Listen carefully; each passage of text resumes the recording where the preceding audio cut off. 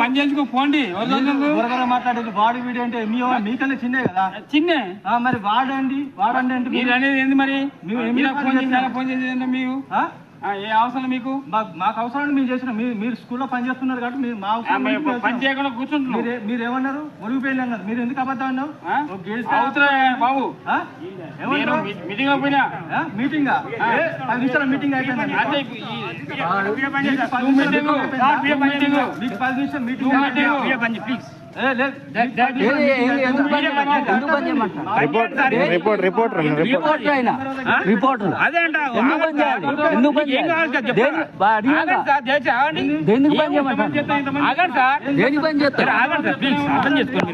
ఏంటి ఆడి అక్కడ చెప్పు.